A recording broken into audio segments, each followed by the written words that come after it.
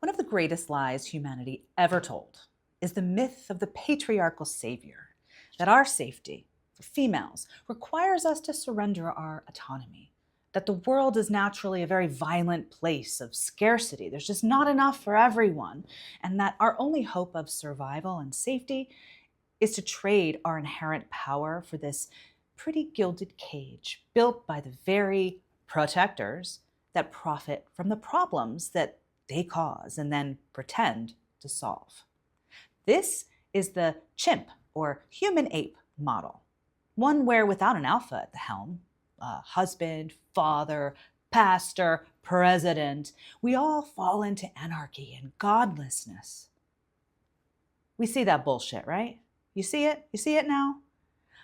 The wealthiest, most powerful human apes on this planet are killing us.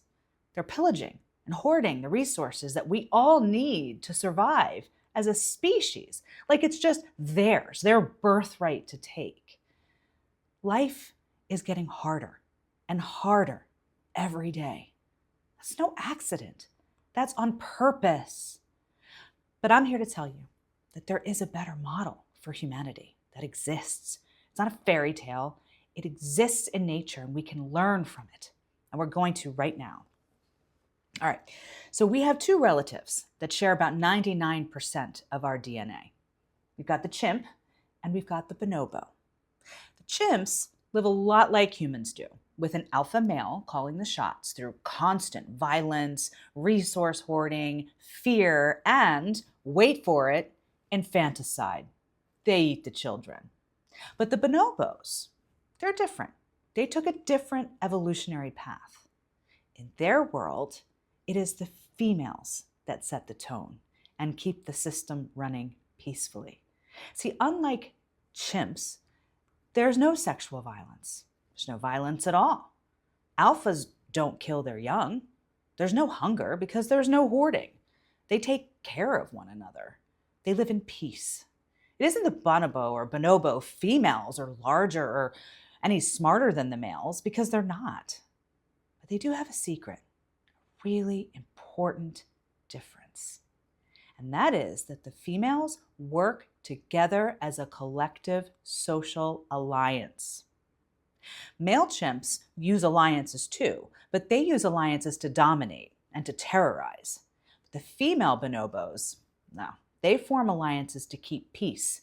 If a jerk-off male attempts to harm a female or a child, a call is sent out, a loud one, and the sisterhood comes running from all over, and they form this wall that cannot be broken. And if needed, the females beat the ever-loving shit out of that violent male and send them running into the jungle for cover. If and when the male calms down, they can rejoin the group, usually with a severe limp. The alpha concept cannot exist here. It can't, because the alliance simply will not allow it. Because they're not divided. They work as a unit. Remember in my last video, I talked about all the measures that the social conditioning that we've all experienced for centuries about women, dividing us, keeping us competing with one another. That is the reason why we've never stepped into our collective power. But it is time for us, the women, the mothers, to rise above this manufactured social bullshit of red versus blue and us versus them and trad wives versus traditional wives versus feminists. It's all made up. So we are so busy hating each other that we never discover our collective power. We have to come together to form an alliance for humanity. We can use our collective power, a lot like the bonobos do, to shut down the machine of patriarchy. By refusing to be divided, my sisters, we can make the alpha obsolete. And let's be clear, because I know I'm going to hear it in the comments. This is not a woman-only situation. It is a women-driven situation. Males are not the enemy. The system of dominance is the enemy. This is not a hierarchy where the roles are just reversed and the women are on the top and the men are on the bottom. No, in this system, it's a circle where children And the collective well-being and survival of the species is in the center of that circle.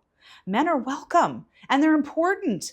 Men are a really important part of this alliance. We're going to need them, the good ones, so long as they're aligned with our mission. Everyone will benefit. I mean, we just don't have to live like this. We deserve better than to live at the mercy of violent human apes who are leading humanity off of a cliff while they're building bunkers and plans to populate Mars. Women are the creators of life. It is deep in our DNA and female DNA across the animal kingdom to be the protectors of our children, of the planet, and of peace for everyone. It's not that complicated. I mean, this won't be easy, of course, because, the resistance is going to be steep, but it's not complicated.